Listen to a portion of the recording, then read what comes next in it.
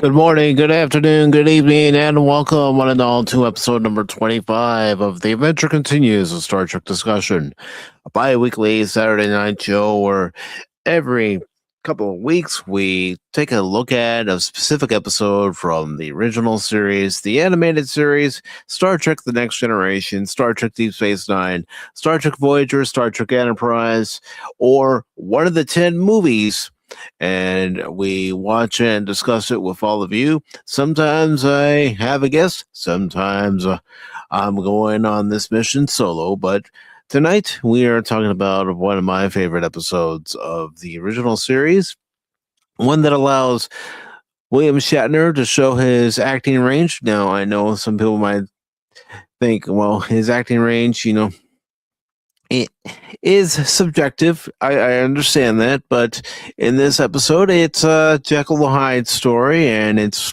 the first of our Star Trek transporter malfunctions. And by that, I mean it's something that happens quite frequently, not just with the original series starting off, but also with it happening in the next generation. There are times in Deep Space Nine where it happened. Of course, who could ever forget the episode Tuvix from Voyager, where Neelix and Tuvok are fused together, and the controversy that episode still has to this day as far as what should happen to the character of Tuvix. And of course, even Enterprise dealt with transporter malfunctions. But for this episode, like I said, it's the first one that actually ever dealt with a malfunction involving one of our main characters, and that main character is Captain James Tiberius Kirk. Of course, it all happens while they're doing a survey and research mission on a planet. Of course, we will be watching it here shortly, as I have pinned the Cosme link to YouTube, Rumble, and it is now pinned over on the Blaze side as soon as I can actually get it pinned. But it will be there, folks. It will be there. All right. So let me just get that officially pinned over there so anybody who's watching over on Blaze can join those folks who are watching on YouTube and Rumble along with myself over in Cosme as we watch it over there, and we discuss it in the chat. And I do have all the chats pulled up, so I will be able to respond to everybody's messages. And of course, I am looking right now to see if anyone's popped no showing up yet, but as the episode goes along, I'm sure we'll have at least a couple people stop by. But for anyone who might be watching this on the replay, be sure to catch the next episode a couple of weeks from now. It'll be on April 25th at 6 p.m. Eastern, and the episode for that night will be the two-part episode, The Menagerie. And that's a great episode. It also was a great way for Gene Roddenberry and company to show the original Star Trek pilot without actually showing it completely, if you catch my drift. But I'm going to go ahead and start this episode over on the Cosme side again. For anybody who would like to join me over on Cosme, the link is pinned to the chat. All you have to do is click onto it and you can watch it over there. And without further ado, folks, The Enemy Within.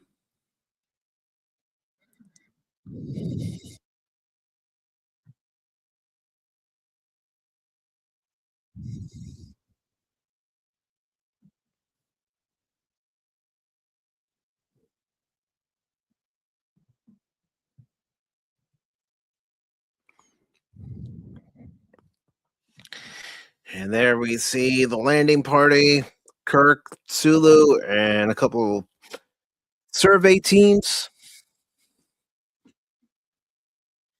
And Sulu's holding one of the local life forms.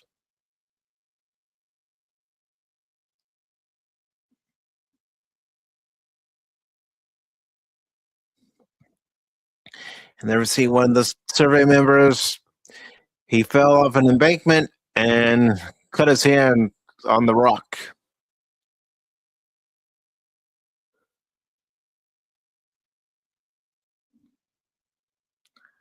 Of course, the version that we are watching is the remastered version. I do try to show the original version when I can.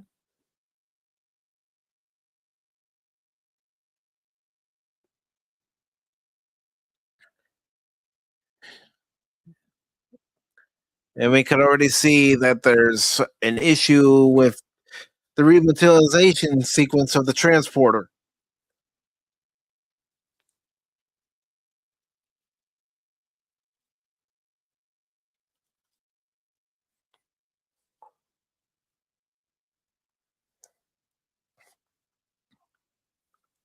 Of course, you see Scotty and one of the crew members, Wilson. They're in the transporter room.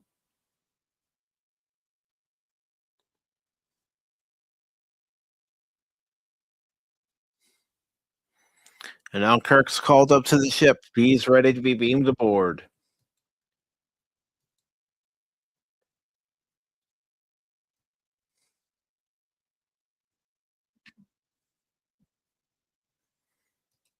And it's chronic meter. I believe that's the only time such a device is mentioned in any of the series. I might be wrong.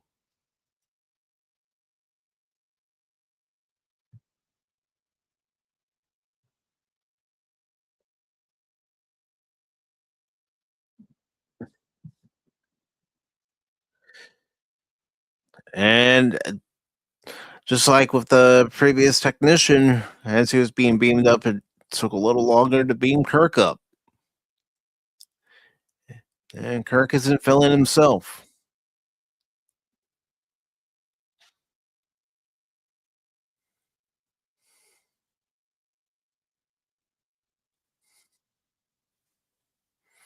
So Scotty's taking Kirk to sickbay because he's concerned about him. But there is another malfunction with the transporter. What do we got here?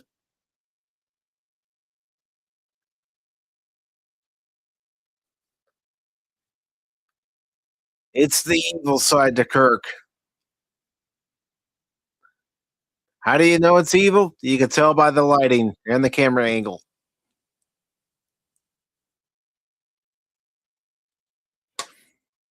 And like all live streams of the Adventure Continues, the Star Trek discussion, if you join me over at Cosme, you will see the intro all the time. Again, that Cosme link is pinned to the top of the chat.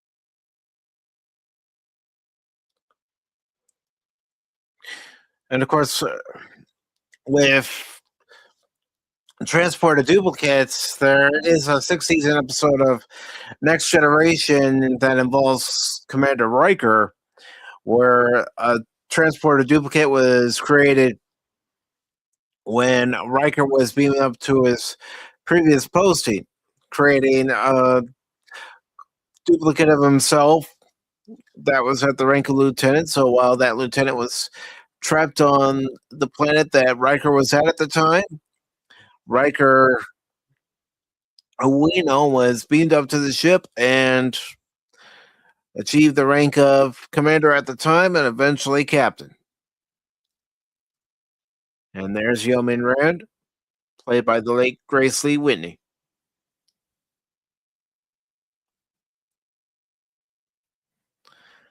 But Kirk isn't feeling himself, and he's certainly not looking himself right now.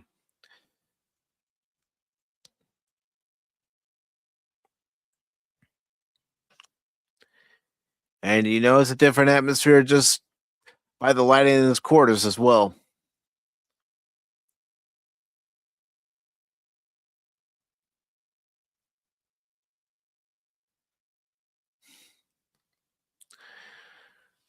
Well, Kirk's back in sick bay, and he's demanding sorry and brandy from Bones.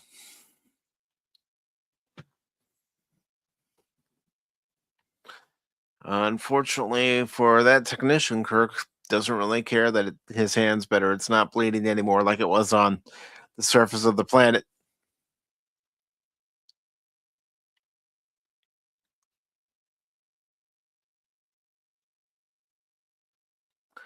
Well, Kirk's got his brandy now.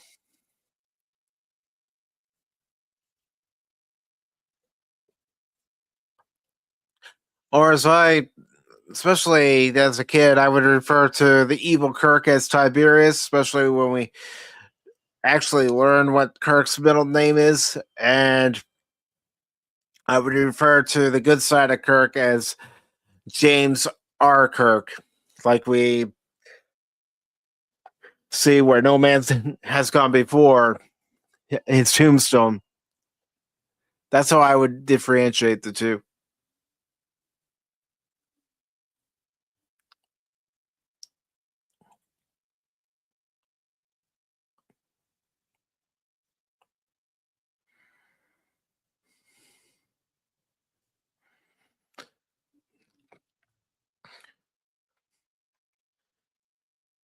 And Spock's in Kirk's quarters to check on him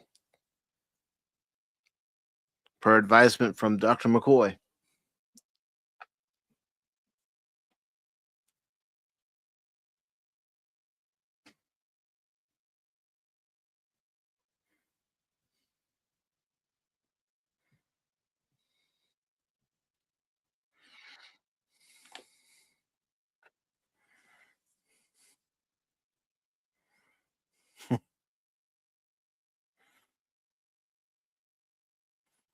You already know something's wrong when one Kirk says to Spock that there's nothing wrong with him.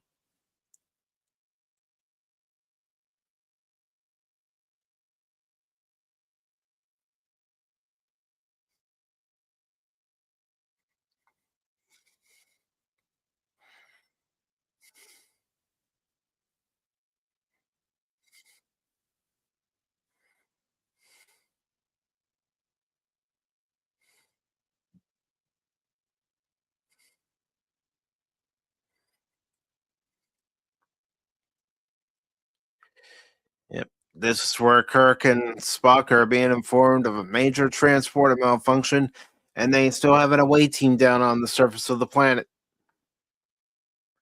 But Scotty advises that nobody be beamed up because of the malfunction, because it could create a duplicate that you see with the dog there, and also with Kirk.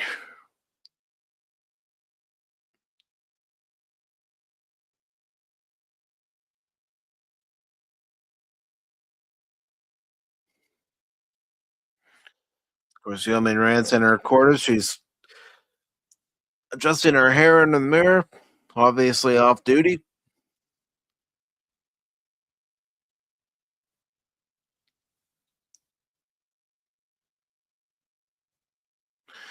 And this Kirk still has the brandy bottle.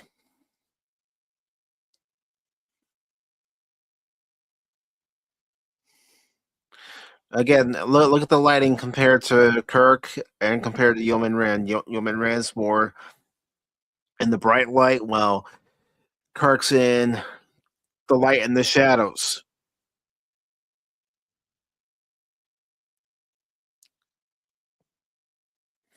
Again, this is a Dr. Jekyll, Mr. Hyde type episode.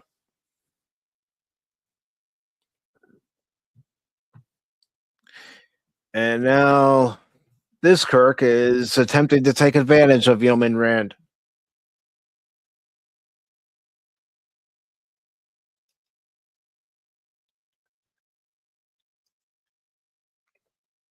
And again, if you'd like to watch the episode over on Cosby with me, I have the link pinned to the chat.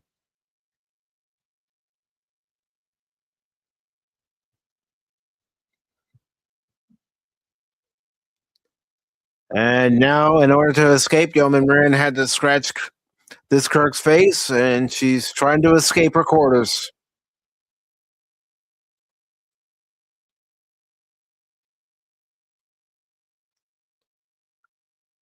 Desperately needing help.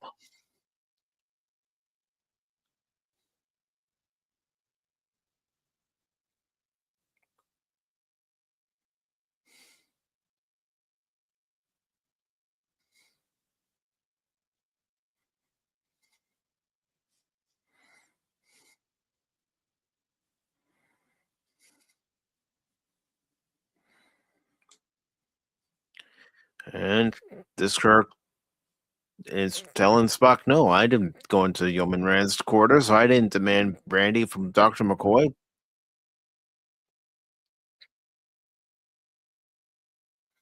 But there you see the bloodied hand and scratched face of the evil Kirk.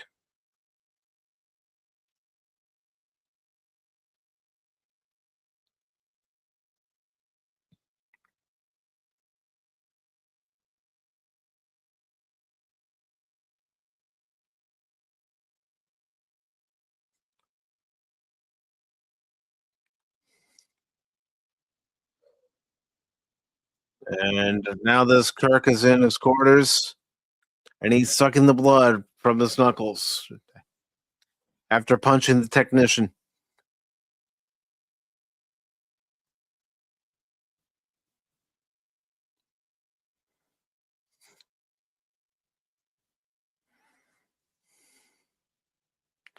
So now Yeoman Rand's recounting her story and her encounter with Kirk, with the good Kirk, Spock and McCoy.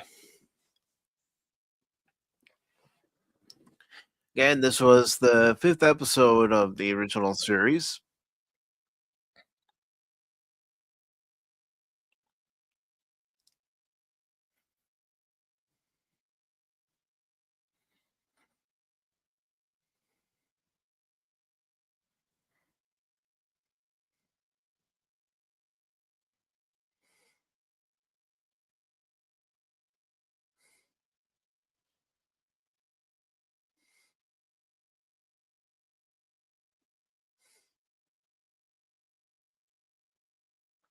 Yep. The good Kirk is finding out that Technician Fisher was there at the time that Yeoman Rand was assaulted by the evil Kirk.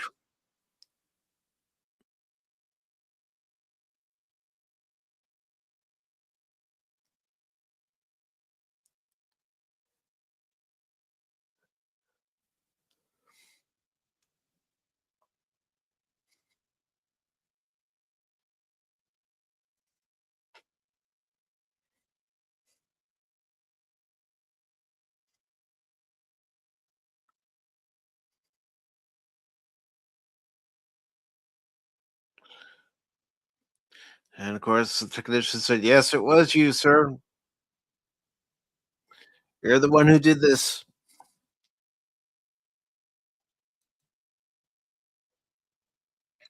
And Spock hypothesizes that there's an imposter on board.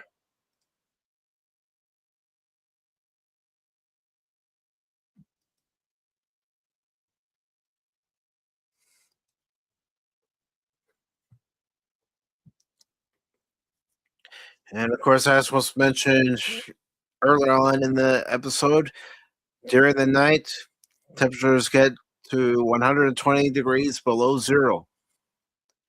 And it's starting to happen. Temperatures are starting to drop. And you still have Sulu in the landing party on the surface of the planet.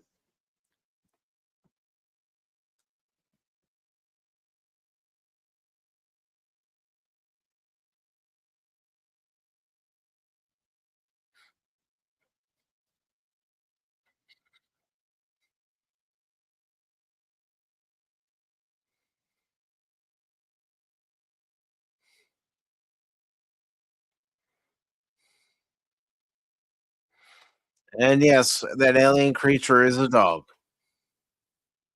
in a costume.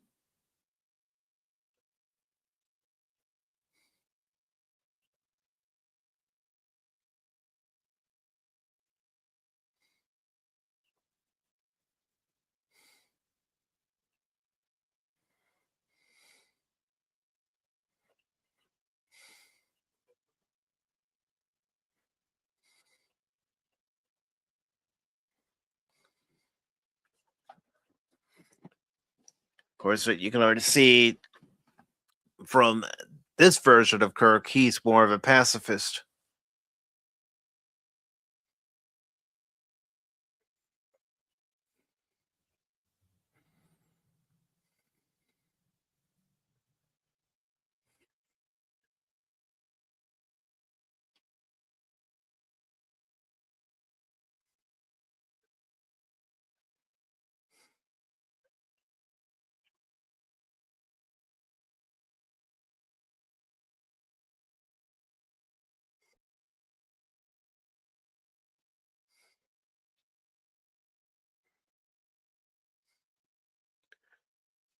Of course, Spock's trying to tell Kirk that he can't alert the crew of what's going on because it'll destroy his image.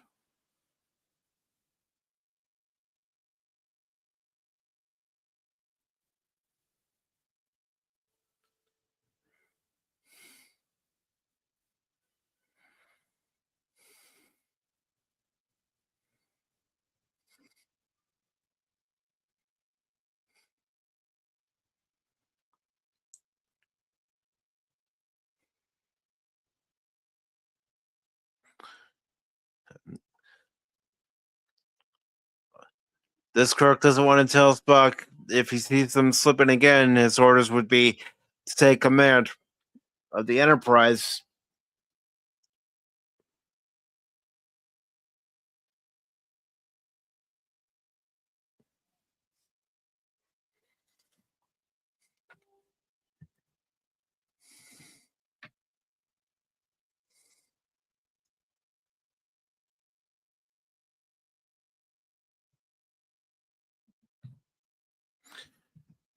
And this is when the crew is informed of the duplicate.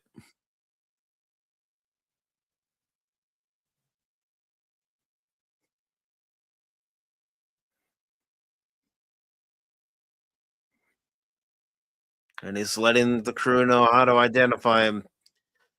To identify the imposter, to look for scratches on his face on the left side of his face. Even though he doesn't say the left side, that's the side of the face that scratches are on.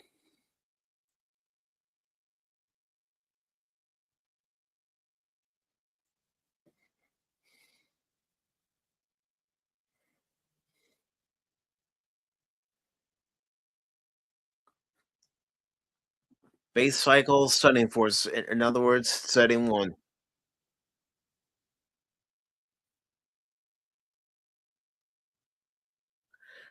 And the imposter, the duplicate, does not like it.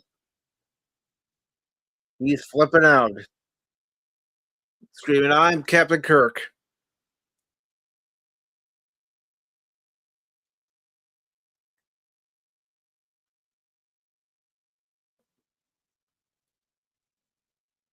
And now he's looking in the mirror. He's looking at himself in the mirror.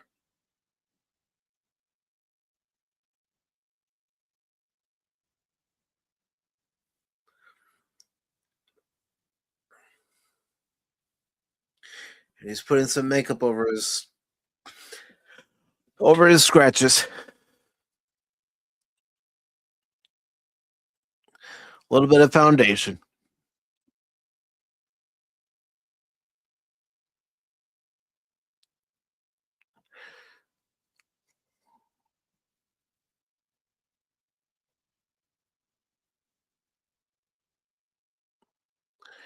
Of course, the transporter technician Wilson is stopping by, and he's just walking by, minding his own business when the evil Kirk asks for his phaser, and then Kirk knocks him out.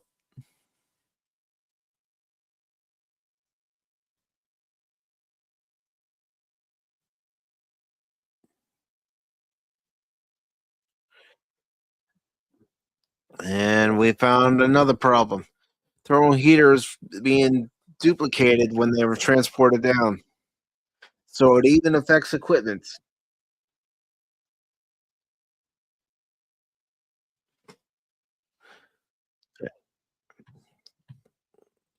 And those thermal duplicators are heaters that were duplicated are not working properly. They're not working at all.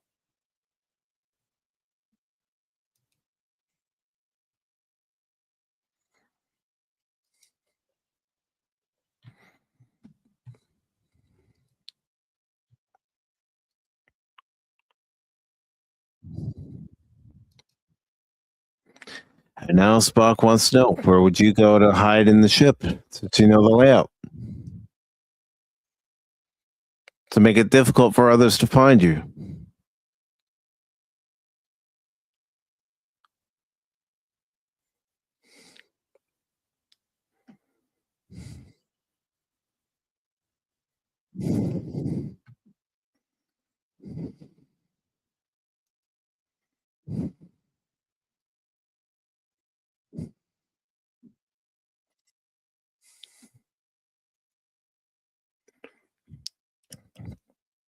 Again, with the good duplicate being a pacifist, he's more hesitant to pull out his phaser and use violence. Tiberius, as I like to call him, wouldn't hesitate to use violence.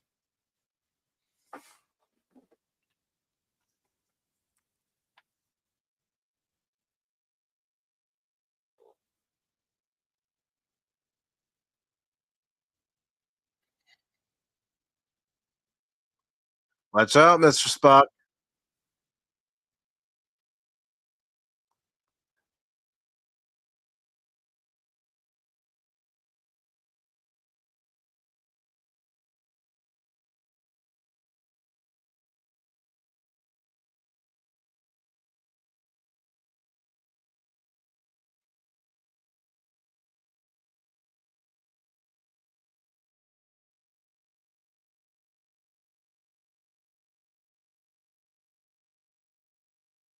A lot of different places you can hide on a starship.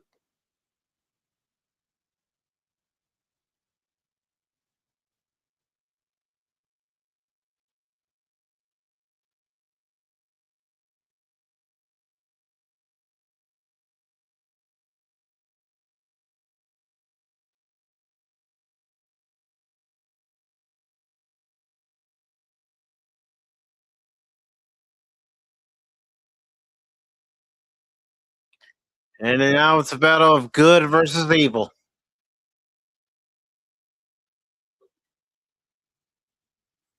You can even tell who's the evil Kirk just by the way they did the eyeliner around Kirk William Shatner's eyes.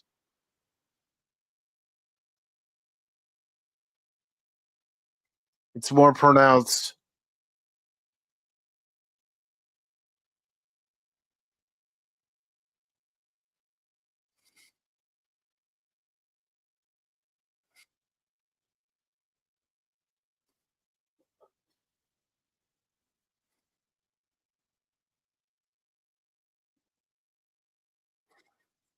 The good Kirk's trying to reason with the evil Kirk, saying that they need each other.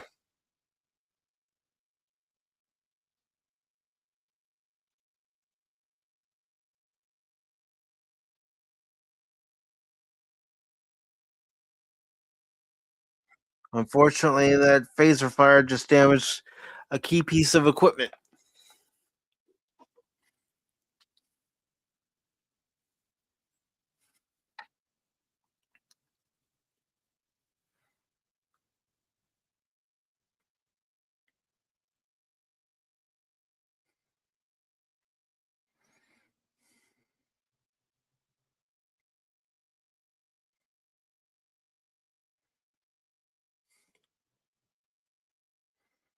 Again, you see how much of a pacifist the good Kirk is.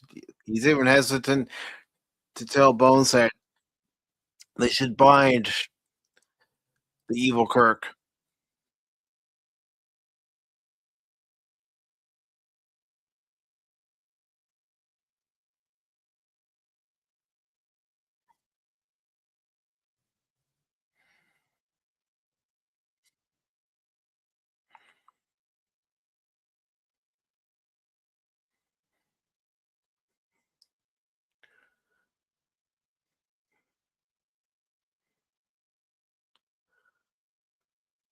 Spock's essentially telling both the good Kirk and Bones about the two sides of the same coin, the negative side and positive side. We all have a negative side, we all have a positive side.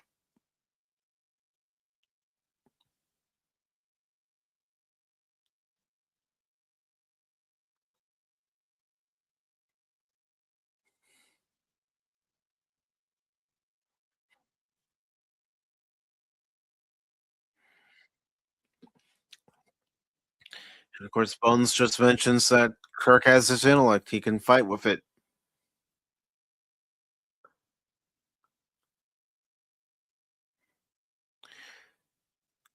The good Kirk can be rational about a situation, while the negative Kirk will be gun ho about it. DJ Ronnie G, good evening. How are you doing, brother?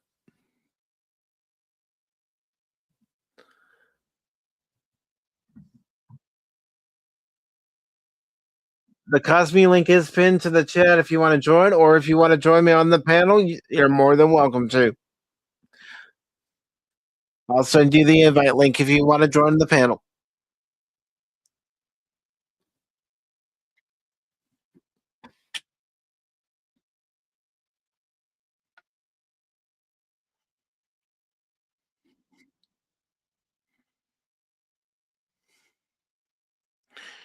And the temperatures are dropping on the planet below.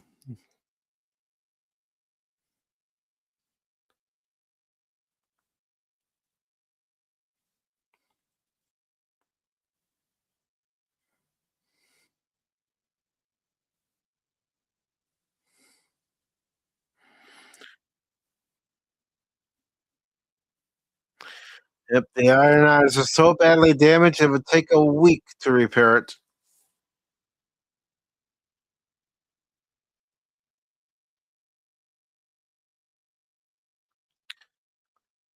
And notice how the recording of the captain's log is different from normal.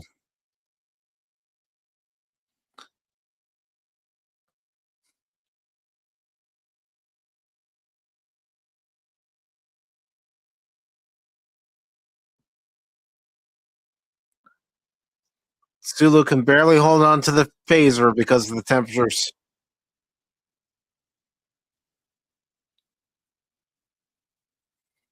But he's going to use the phaser to heat up the rocks. One of the first instances where we see the phasers used to heat up a rock to help keep people warm.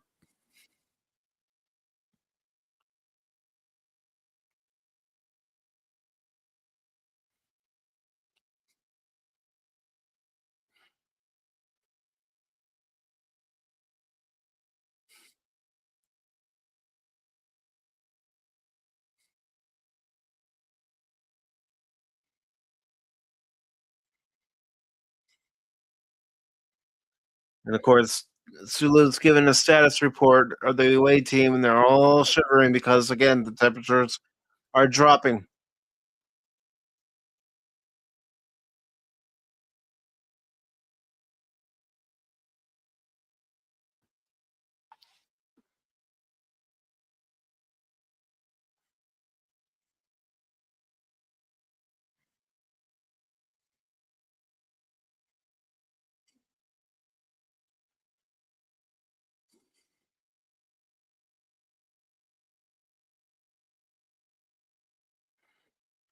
And of course, the evil Kirk's heart rate, respiration, everything's going nuts because it's all out of balance.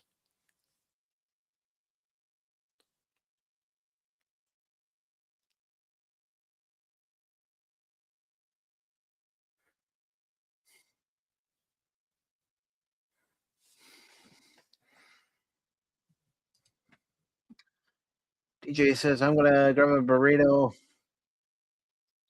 and pull up the stream. When I settle down, I will open up Cosme so I don't miss a beat. Awesome, brother.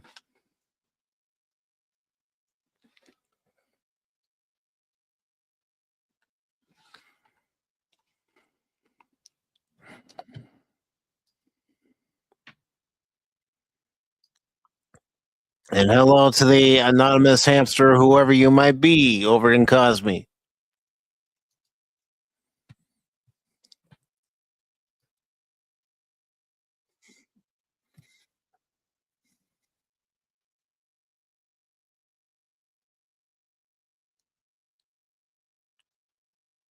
He's back because the evil Kirk needs the good Kirk to live.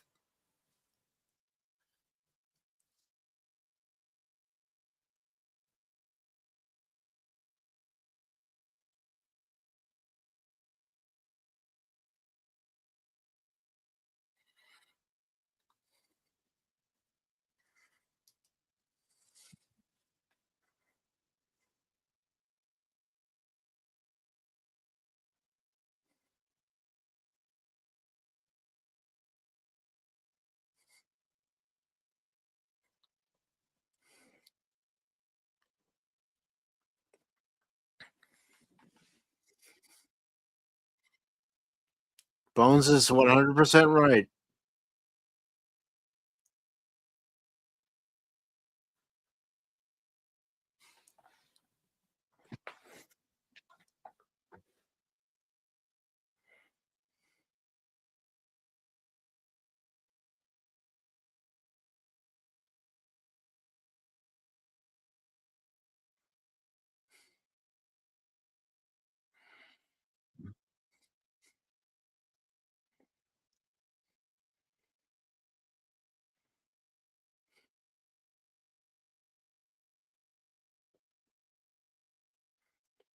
You need to have more shows like this where you have characters that speak intelligently and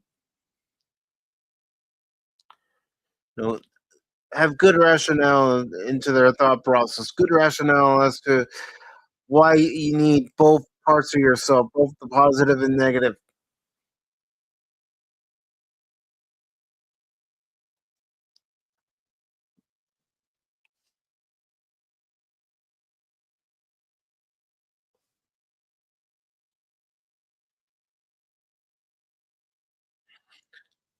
So now to make up for that part of the transporter that was destroyed when the evil Kirk fired his phaser, Spock's letting the good Kirk know that they've bypassed a few circuits and a few rerouting tools to the impulse engines to make up for the loss of that equipment.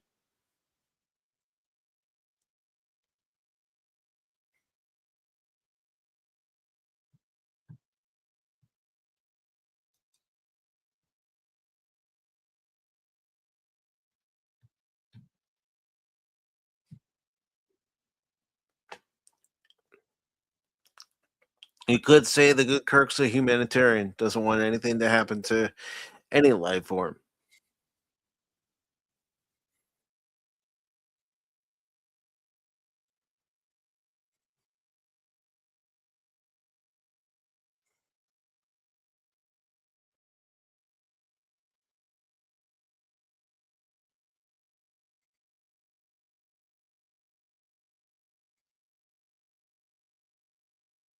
So now they're taking the local life form, both the good and evil halves, and they're seeing if their idea can work, if they can reintegrate both halves into one single being once again.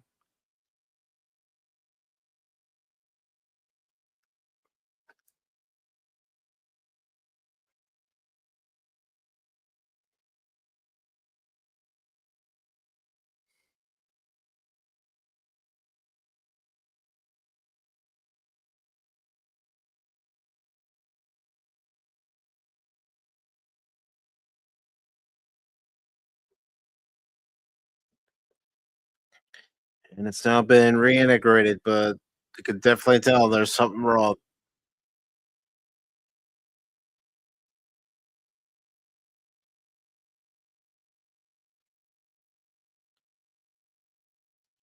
And unfortunately, that life form's dead.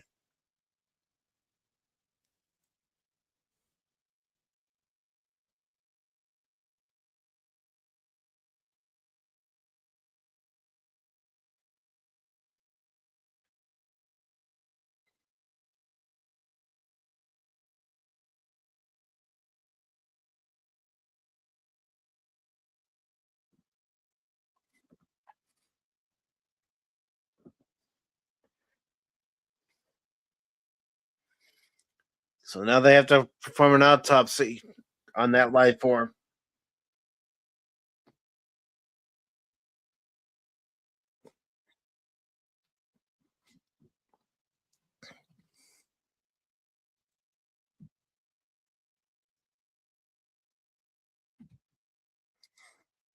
Welcome, DJ. Good to see you, brother.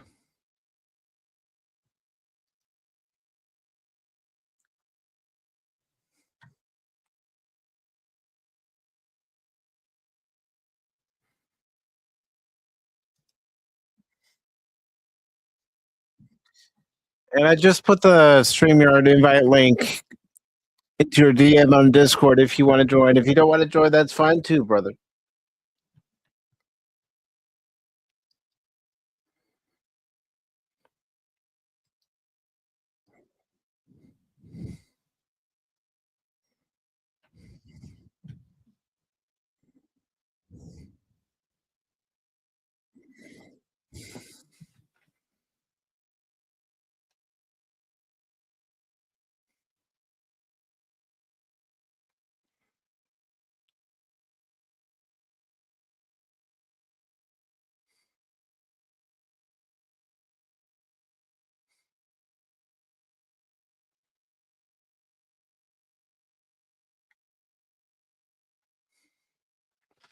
And this is what makes Spock such a great character. And ladies and gentlemen, please welcome DJ Ronnie G. Let me just remove this real quick, DJ, so the lovely folks can see you.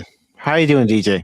Why, thank you. How you doing, Mike? Yeah, man, I just was about to go work on my 3D printer, so I was like, okay, you know what? I'll put on my bone conducting headphones and bring my laptop. Well, I already have my laptop, so got it right next to the 3D printer. Got a nice burrito next to me. I'm chilling, and I see we got the episode when Kirk has a transporter accident, but luckily nobody has to make a call like Janeway did.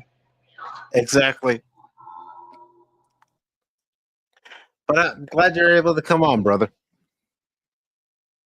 Yeah, perfect timing. I was like checking the episode name. It's like, oh, I hope this isn't a menagerie that you invited me to, and I forgot. No, But no. luckily not. That's 2 weeks from tonight.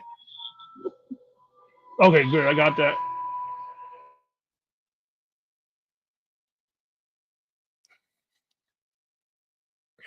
So how's your week been? Well, I got one more course left for the IBM course, or one more, thing to do tonight, and then that's technically over with. And then the 3D print, I made great progress on it. Last week it was working, and I printed a cube, and I realized the structural integrity was off. Turned Mm-hmm. out I had a different material loaded. So I had a material that requires higher temperatures loaded into the machine, Yeah. which explains why it was giving me unexpected issues, because it totally makes sense now, And so now I'm just, doing a little more fine tuning so I could print a starship or something, something cool. I may go with, like, I'm gonna just see. I'll start a print. If I have any doubts about it, I'll cancel it and start a different print, like a Mm-hmm. storage bin. But right now, I just want to get this thing working properly, which I made good progress. Like I had it out of commission for a year, and I did an update, and the update mismatched the two parts that need to be in sync. But now when I go to work for 12 hours tomorrow and the day after, I can have this thing, working on something. Good. So yeah, I see Sulu's freezing his butt off. Is this the episode where Chekhov uses a phaser to warm up a rock, or that's a different episode? No, it was Sulu that used the phaser to heat up a rock. Those helmsmen and navigators, they blend together in my head, sitting in the same seat, basically, next to each other. Oh yeah, helmsmen and navigators look alike. Wear that same gold uniform and. But Shane, I hope you're doing well today, brother.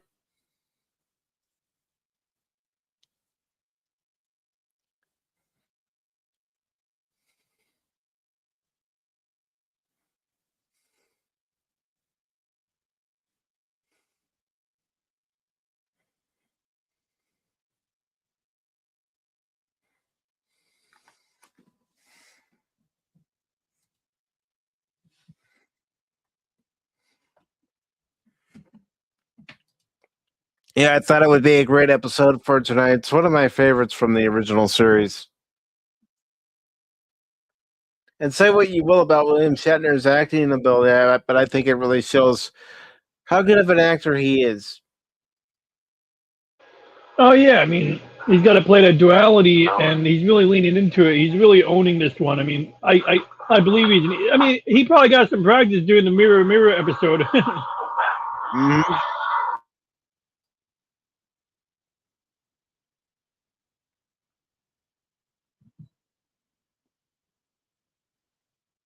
Again, as you see here, the evil Kirk's able to overtake the good Kirk because he has the strength.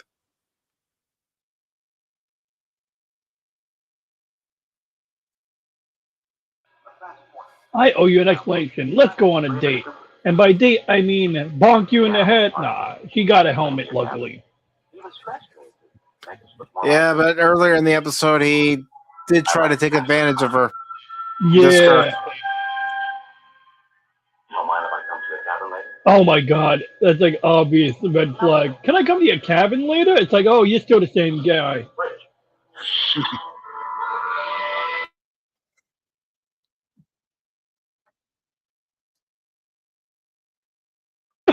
That's my point. Prepare to leave orbit. Whoa, what do you mean?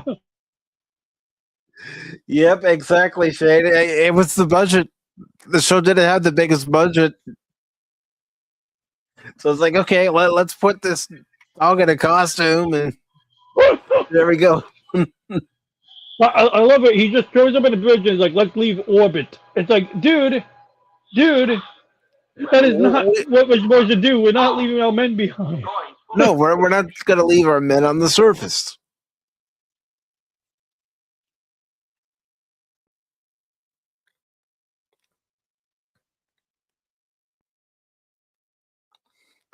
Although you want to know what I always wondered watching this episode is why didn't they use a shuttlecraft to get the away team? Bad weather, and they this time they had a plan. They realized that even though there was no reason not to use the shuttlecraft, they knew that inevitably something would happen to the shuttle if they tried to use it. So they said, let's avoid that whole exercise, and probably the budget mainly. I mean, I know the real reason why they didn't use the shuttlecraft because this whole episode revolves around the two halves of Kirk being separated then reintegrated by use of the transporter. Nah, I mean, like you say, they need to reintegrate with the transporter, but still, like you said, they can still set a shuttlecraft down for the people who need to be beamed up safely, who need to be aboard. Mm-hmm. I want to say the shuttlecraft is in the shop. The Scotty's working on the shuttlecraft, but now that he's got to fix the transporter, he can't work on the shuttlecraft. Mm-hmm. Everyone else is spread thin enough. But again, what I've always liked about this episode is, the lighting that they would use to show who's the evil Kirk, who's the good Kirk.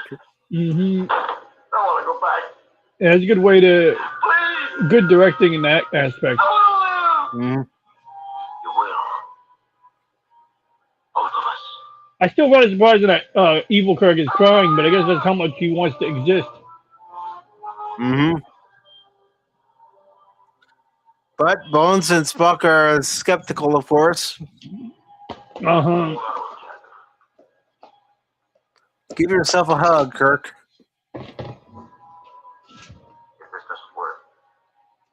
Shoot me.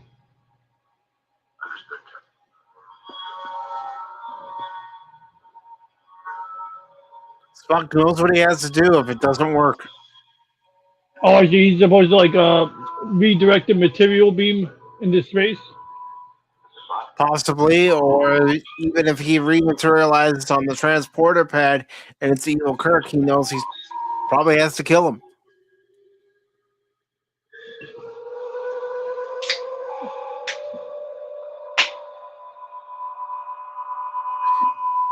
Or confine him to the brig and take full command of the Enterprise. Yes, that makes sense. I was just thinking, trying to think it through just now, what would be the, morally acceptable one, within some variation of regs.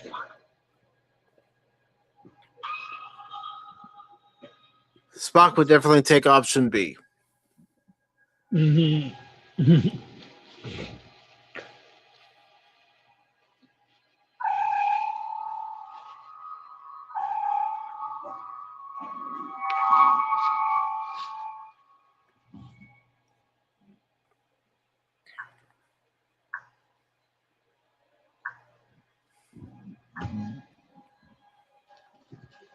So, where's Janice? I want to go to her quarters. Ah, it's the wrong Kirk. Get those men aboard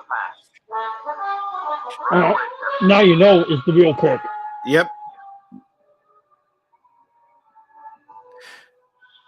And yeah, of course, Kirk taking that long pause before he said anything was for dramatic effect, but it's also Kirk trying to adjust to being integrated with his other half. Mm-hmm. Part of myself no man should ever see. You know, they probably could have beamed down some tents and heaters, but maybe they didn't want to wear the transporter out in case it was really broken. They did beam down some thermal heaters, and they duplicated, and they were non-operational. Oh, they did. Okay, I forgot that part. Yeah. Oh shoot, so good they covered that.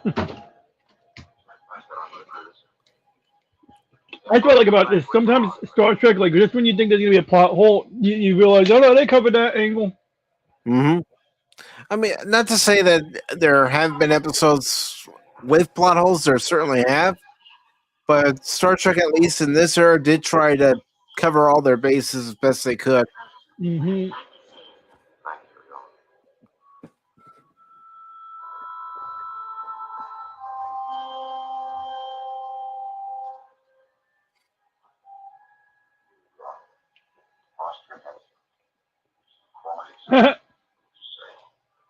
Fucking Spock. You know, he slips those zingers in once in a while. This is the captain speaking. Navigator, setting course correction. Helmsman, steady as she goes.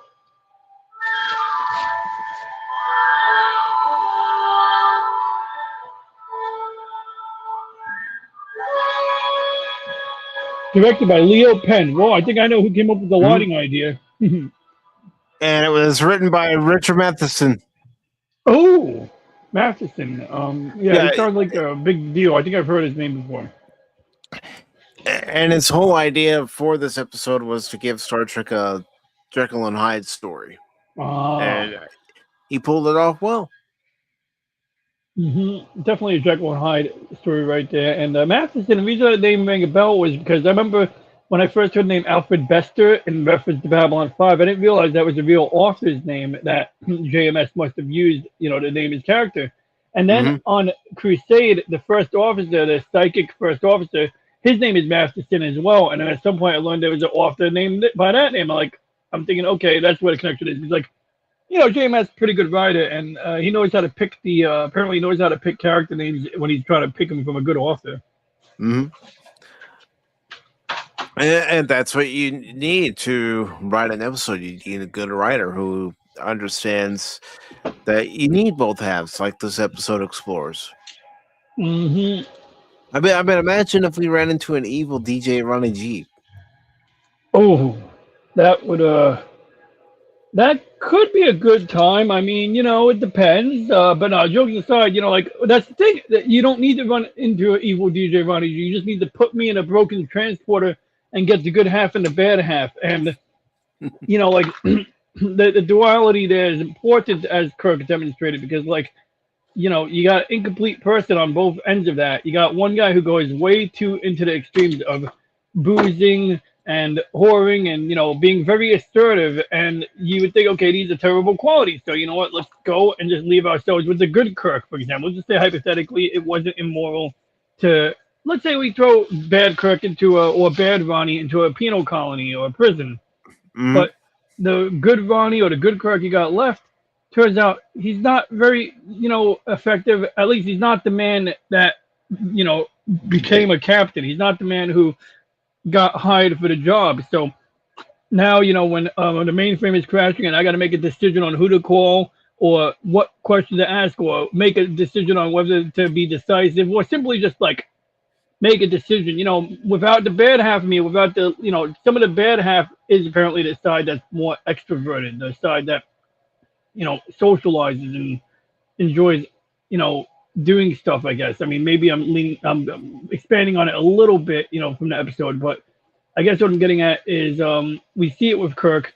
We see how imagine him in the episode with the Romulans. If he only had good Kirk there. Mm-hmm. He wouldn't have survived that episode. Exactly, and just the whole thing would have been like a disaster. He wouldn't know when to make a decision. He'd be like, "Oh, if we do this, it might risk the lives of my crew. Oh, this comet thing feels too risky. I don't know if we should be doing this comet thing. All manner of stuff. Can we run away? Well, we got a 5% chance of running away, or 40% chance of fighting. It's like, obviously you go with the 40%, but he might be like, oh, well, there must be a way to get out. I don't know. There's just so many ways that you sometimes have to be bold when you're doing certain things. And especially as a Starfleet captain, especially a guy like Kirk, I mean, he's, sometimes he does break the rules, right? And, yet that sometimes gives you the outcome. The end, I don't know if it's right to say the end justify the means, but I mean, he strikes that balance correctly. And he does. I don't want to know myself without the other half. Yeah, I mean, I think it would be interesting if we all could see a glimpse of our other half. I'm not saying it would be a pleasant experience to see that negative side, but it would be interesting to witness our negative side or a positive side from a different lens, so to speak.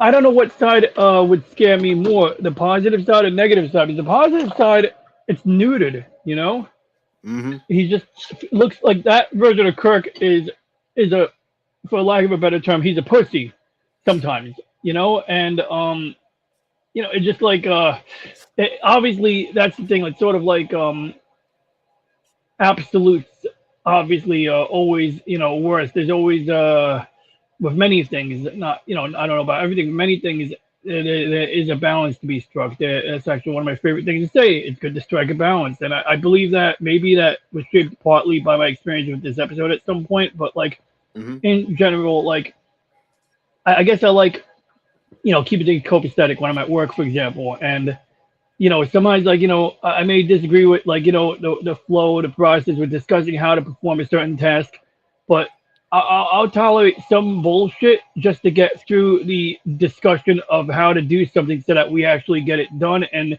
we're all getting along afterwards. Whereas the converse of that be just me outright calling out someone's bullshit. Like I remember one time my coworker, he goes like, instead of just discussing it, we can just go and do it like this. And it's like, okay, I'm in agreement, but it's like he was the one who started the whole back and forth discussion on how we should accomplish a certain task. And it's like, we're catering to you, buddy, by having this conversation. So it's kind of, funny that he's the one who's say oh, well, okay, well, we took more time discussing this than just doing it. It's like, yes, we were ready to do it. You were the one who interjected. But point is that I just roll with it. It's no big deal. I'm not here to insult somebody or, even with any number of things, I need to get along, with people to get the job done. And exactly.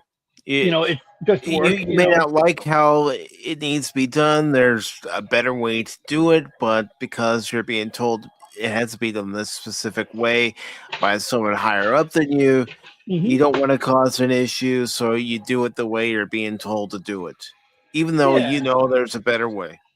And you sometimes go through stuff where people have meetings about meetings, and that can seem really circular. But sometimes just shut your mouth, go get with the program.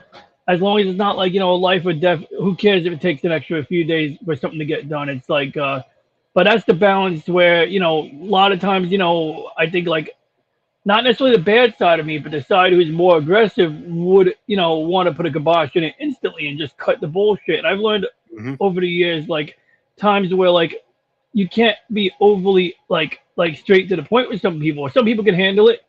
Some people can't. And other times you just want to respect someone, so you strike that balance out of respect. But I've had times where I remember this girl bought a pink laptop and she asked me my opinion of it, and I told her exactly my opinion of that laptop, and I wasn't trying to offend her, but Afterwards, like, oh, the correct answer is that's a beautiful pink laptop, or some shit like that. And I'm like, well, you asked the expert what they thought. I looked at the specifications. Like, if Mhm. you wanted a visual appraisal, I could have done that. Yeah. And so nowadays, I that's where I strike a balance in that regard. Usually, if someone asks me, I kind of know when somebody's genuinely asking me, or I'll ask them, well, in what way do are you asking me? He's like, maybe they genuinely do. They're saying, "Oh, I'm doing music editing and this."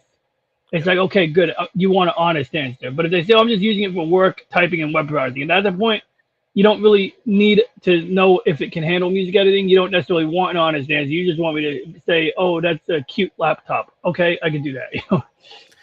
Well, the other day, my sister had told me she was looking to get a new phone because the phone she has is 9, almost 10 years old, and she wants to upgrade.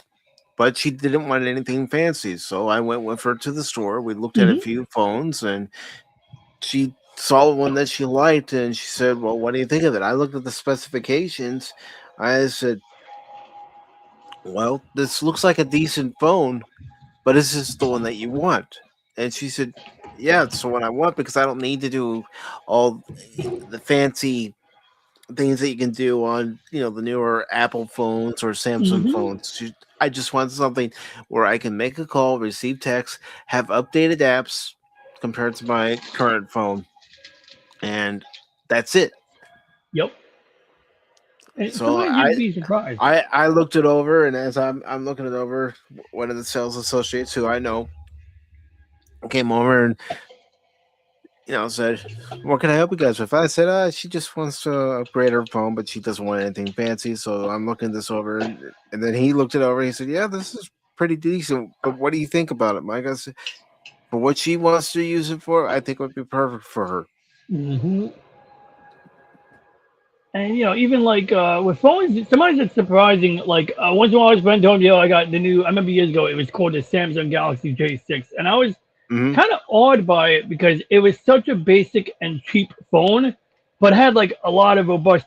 Like it was not bad. It was like pretty robust. Like it was like obviously like it didn't set out to have the best camera or anything like that, but it's like no, it had like good performance, good amount of RAM. I looked it up. I was like, oh, this is actually like a very healthy phone. Like for like literally what I do. If let's say like I didn't have my so-called fancy phone, or at the time I think I had a lesser phone than that anyway. So I definitely could see the value proposition. It was like $100 phone, $150. I think it was $150 budget phone, and Hmm. I was amazed. But on the extreme end, yes, people are paying $1,000 for phones now, and like what was it? The iPhones now. The one thing that iPhones actually have, like people will always tell you what iPhones have that no other phone has, and depending on who you're talking to, they're usually a little bit ill-informed about it. Like one time, my dad goes, "Oh, why does Apple let you do this, but you can't do it on Android?" I'm like, what are you talking about? You can totally do it on Android. It's just that like the Apple user, they know the marketing and they quote the marketing, but then the Samsung Yep. user or my dad, he doesn't know the marketing behind that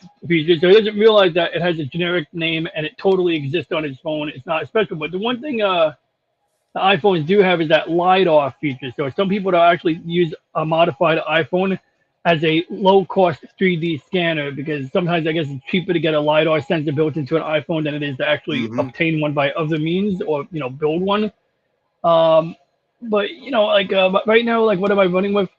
Galaxy Note 20 Ultra. I bought a refurbished one recently because I actually cracked the screen last May. Bought a refurb while I was waiting for Samsung to repair my actual phone. Because actually, they already said they couldn't fix it. They were sending it back unrepaired. So I said, I'm not waiting any longer. So I bought a refurb of the same phone, Yep. which was kind of an insane decision because check this out. I paid $499. Now I could have bought a slightly newer model. This is a Note 20. I could have bought an S22, which is a bit newer, for $100 less on Amazon. And I still chose this one because I was like, well, I don't really need the dedicated gaming chipset. Like, I mean, it would be nice to play games on the phone, but I literally don't do that anyway. So it's like, who cares? I got a Steam Deck, and you know, playing games on phones just doesn't do it for me. Like, depending on the type of game it is, like obviously a mobile game, or there might be a couple of Star Trek games out there right now that I should check out. But overall, like, There's Star Trek Fleet Command. I haven't tried it, but yeah, I think the reason I avoided, I heard good things. Oh, let me phrase it. People came to me, they're like, check out this game. And this is the kind of game that would probably take advantage. It's an older game now. It's not the newest, so it would run fine on my current phone. But like, where a newer phone would be advantageous, yeah, it did have some. I think it may have had like some decent, beautiful 3D graphics, if I'm remembering. Unless I was just watching a trailer, it could just be all still images and text and maybe some noise and stuff. But what didn't strike me, and I'm glad you got back onto a Star Trek topic. This is a Star Trek stream, and I think the chat probably comes here for a bit of Star Trek. That game, I think I remember the outward appearance of it. It looked like it had, what it is, when I call it, it's not really a term of mine, but you ever like see someone says, "Hey, Mike, you hear about this new Star Trek game?" And you go look it up, and then you see fucking, what's the guy who played Chris Pratt? No, well, the guy who played Kirk. Chris Pine. Thank you. And you see Chris Pine, Kirk, and you see the fucking new Enterprise in the 2009 movie or later, and I feel like when I see that, it's like it's been poisoned. I'm like, ugh. I just like, I don't even pursue it any further. I see it, and I know I've mentioned it several times, not during this show, not just during this show, I should say, but also during Pop Talk. That should be hauling garbage. That should be hauled away as garbage. Yep, exactly. And that's like, so at that point, I'm just like, screw this. Off to the waste up, you might as well go.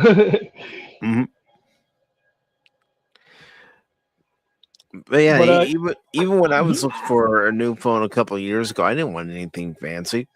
And then I saw that the store I went to had an iPhone SE on sale. So I said, that's good enough for me. I don't need a fancy camera. I very rarely take pictures with my camera anyway. And yeah. And, as far as service, it's a 5G phone. That's all I care about. As long as I can make the phone calls. It's not a bad phone, SE, and I've seen those in the field. Like sometimes they're a little nicer. Like they're just it's a slim. Some of them are a bit slimmer, or at least I remember like the iPhone 5 SE was real slim. And it's like like that's the other thing with phones. Like I remember like when I was when we were starting to transition into the new smartphone era, as I'm making up a term here, like let's say 2009, 2010, I'm walking off the subway, going to a bar to meet up with some friends. And every 20-something is walking around with a phone that at the time, like, is the normal size now. But at the time, it looked like everyone's just carrying these enormous phablets, phone, tablet. And it was just like, something didn't strike me about it. Something I didn't like about it, but it grew on me eventually. But there's times like my work phone, like my work iPhone is a small iPhone. I'm so happy. Like, one, I don't use the work phone often. I only use it, when it's obligatory or whatever it is, like authenticating things, signing into stuff, the two-factor authentication, I have it on there, so it's in one place, and, I have like, Outlook and things, but like, I'm so happy they didn't issue me a larger phone, because this phone fits inside, like, there's a compartment in my backpack where, like, you can put a small device, not a big device, but it slides right in there. I don't have to worry about breaking it or scratching it. Not that it matters if I scratch it, just I'd rather it look a little nicer than not. And, there's just like, even that one has a pretty good camera. I use that sometimes when I have to document something at work, or I got to take a picture of like a stack of degouged hard drives. I'll use that because it's like, the way I see it, like, it's not my personal device. So if I take a picture of anything that's, privileged, is all stored on this encrypted device. So, I think it works out fine. But, the cycling, yeah, like, what was it? This phone is like the one I got now, the Note 20, is basically the last Samsung phone that has a SD card slot on it. That should never be the only reason you get a phone, but ultimately, like, everything else performance-wise was good. There was a minor issue with the S22 that worried me about heat-related issues, so I said, let's go with the one that I know is reliable, that has been able to serve me when I went traveling and all these things. And the crazy thing is, I still wanted to fix the screen on the broken unit that I have. So I ordered a screen on iFixit, $200. I think I told you about this a week or two ago. And well, that's fine. Go ahead and tell the story again. I put the screen in. Now, these phones are held together by glue, basically. So you heat them up, you pry them open, and when you take it off the old screen, you don't have to be too careful if it's already broken, right? But I put the new screen on. I put the adhesive on pretty much perfectly, trying to retain the waterproofing characteristics. But then I realized like there's a wire stuck under something, and I didn't know where the wire went, so I didn't want to pull it out of the hole without really being sure. So I went to take the screen off. I should have heated it up a little bit more because when I was shoving the guitar pick under the screen, which is usually how you pry these things open, you use a guitar pick or something that resembles one. I must have like hit the back of the OLED screen, which the OLED is mounted. It's like glued to the glass, or it's permanently bonded to the glass, but it's paper thin. It's like literally like it looks like copper foil with like a layer of film on it. So when I did finally assemble the phone, I decided not to put any screws in to assemble it, make sure everything is connected right. Because I was using AI, I was like, I have one extra wire. I don't know where it goes. Then I figured out where the extra wire went, so I assembled it without stringing it together. I turn it on, half the screen is white with lines going through it. So yeah, next time I get another screen for that phone, if I decide to do it, which I'd like to do it, because at this point, I already did 90% of the work. I have to make sure that when I put the screen on the final time, don't like commit until you're sure. So I probably won't even put the glue on. I'll probably assemble it without the glue, make sure everything works, and then put the glue on, because like there's no going back after that, And exactly, because I used to repair phone screens, and depending on the model of phone, it could be tricky. Yes, very tricky. Like some of them, like they come right off. You unscrew something. Like I remember, like before they got like more modern, like you could kind of like get the bezel off and then remove the screen as a separate piece, and depending on what part you got, you could do it.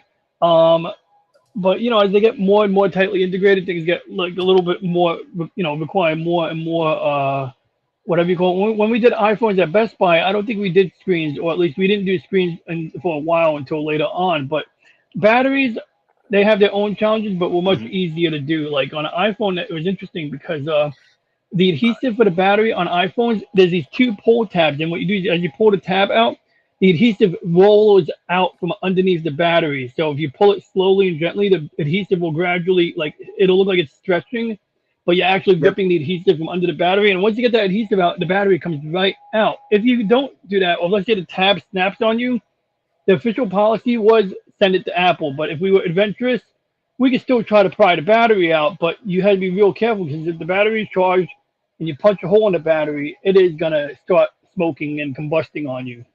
Yep. So the same thing with my Samsung. Like I have to heat it up on the front and back, but you can't heat up the front too much because there's a screen there. But if you heat it up, it does become more pliable. So the phone in front of me right now, I'm talking to you on, I only plan on removing the back cover because I got a fingerprint on the camera. So I got it, on the camera protecting shield. So I just want to remove the cover, clean it, and I'll re-waterproof it. No big deal. But I bought this as a refurb. I have no idea if the company that refurbished it actually waterproofed it correctly, so I don't really trust it. But when I fix the screen on my other phone, I think I can trust the waterproofing on that one. Or at least I'll trust it more because I'll be the one, in the driver's seat. And this is something I avoid like the plague. I don't do it for other people, like at least not this level of repair. Because like I said, I broke the screen. Great, I put it on the side. I have my main phone, but if I didn't have this phone, I have my old phone. I got a Galaxy Note 3 I can use that can take phone calls and text. But I would not want to do this where now I break something and I have to wait weeks on end and tell a friend, oh yeah, you were, especially, gosh, people, when you repaired phones, how common was it? Was it like in a time when people relied on their phones like so much that they really, really couldn't be without it for too long? They couldn't be without them for too long, especially, not so much in the wintertime. We didn't really get too many people that came in the wintertime, but it was summertime. People needed their phones. And they needed the battery replaced. They needed the screen replaced. And when it came to some of the iPhones in particular, you had to be very careful because you would, wear out the thread for the small screws. Luckily, we had some that we could use to replace in case that happened, but yeah, it was a pain in the ass sometimes. I know exactly what you're talking about. Yeah, because they had that, and they had the pentalobe, or there was like a 5-sided screw, basically, or 5-sided, head. And you could sometimes improvise and use something else for it, but you really shouldn't. And if you had just the right one, yeah, you could tighten. Even then, if you had the right bit, it wouldn't tighten. But I do remember when you had the right bit, usually you could do better with it. At some point, when we got late before I left Best Buy towards the end, I think they even had a torque driver. So it was a screwdriver with like whatever bit the iPhone used, but it actually had a clicky thing in there. So when you tightened it to a certain point, it would click to tell you got just the right tension. Yeah, it would say, okay, you can stop here. Yeah, No and I more. never see that on a small device before, so I was surprised they had it. But it made sense because there's times when I'm tightening things, I'm like, oh, well, how tight do I do? One of these days I got to get a torque wrench, but it's like, they vary in price, and I don't think I need it that badly for my bike. It's just like it would be nice to have. When you're putting the bearings on your bike, I would like to have scientifically correct compression on there. I mean, they can do it with air compressors. Oh yeah. There's a sensor in the air compressor. You go to fill up the tire, it'll stop at a certain point because it knows that that's the level that you need it at. If you need it at 35 psi for your tires, then it'll stop at 35 psi. I do have a air compressor that I have one that has a gauge on it that's like more what do you call it, manual. But then I also do have an air compressor that it plugs into normally it's for a cigarette lighter, for the automotive 12-volt socket. But Yep. I have a USB power bank, like a huge power bank that's made for like CPAP machines and stuff like that. And so whenever I want to use that, in theory, I don't travel with it. Like I wouldn't want to leave the house with like a 3-pound battery pack on my bike every time. But that is a cool one. It's basically the automotive compressor I have. It's pretty compact, but it has a digital display on it. So, you can like literally dial in the PSI and it'll just kind of do it. No, mine's not like that, the one I have in the trunk of my car, but I just eye it and also, use the tire gauge to make sure that it's at the right PSI. And speaking of which, I gotta get a new one. Yeah, it gauges sometimes. I had one that was like giving me false readings, and it was pretty good for a car, but I don't know, I didn't trust it. These days on a car, I value the idea of having the pressure right. On the bike, I've actually found that the best is just to feel the tire. At least for me, that's what works. Because the problem is I found out you read the side of the tire, it tells you what it's rated for. And then you pump your tire to that 60 psi, and then you pop the tire hitting the first bump. And I realized that, like, yeah, it is what the tire is rated for, but depending on the weight of your bike, and the size of the rims or whatever, it just it's a different formula. And I don't also fully understand it. Also the conditions of where you're riding your bike too. Oh yeah. That's true. And like the seasonal changes too, but you're right, like the potholes. I tend to ride on paved ground, but I if there's nobody on the sidewalk, or if let's say I have to get off the street, I can usually shift my weight and hop over a curb. But I've had a couple of times where I had to make a snap judgment and I ran right into either a low curb or even a bump when you're on the curb cut going from the sidewalk or onto the sidewalk. And sometimes it'll just have that little bump in the cement curb, even if it's lower. And that's usually how you get a pinch flat where it looks like a snake bite where the pressure is so much that you get 2 holes on either side of it, where it meets the rim, I guess, and it's under the most stressed. That happened to me with my bike, so I had to replace the tube, and I went, you know what, I'm gonna go ahead and replace the tire tube just because.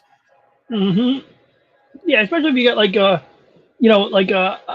sometimes when I used to ride my bike harder, I used to not proactively change the tires when it was needed. But then these days I don't ride my bike as much, so I tend to take a more proactive approach, but mainly because then I keep the old tire around and can have it available if I get a catastrophic rip in the new tire. Or even I've been dying to do this, I've never done it, but I've wanted to try putting either rivets in my tire, pop rivets, or something like that, or even studding the tire, putting actual studs in there, the ones you put on your belt.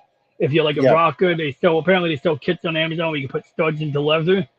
One of these days I would love to do that, to ride on the ice, but I haven't really needed it. I only had a practical use for that when I was riding my bike to work every day. Whereas if it's snowing outside and I ride my bike, it's more I could take my time going to that destination. I don't really need the best speed.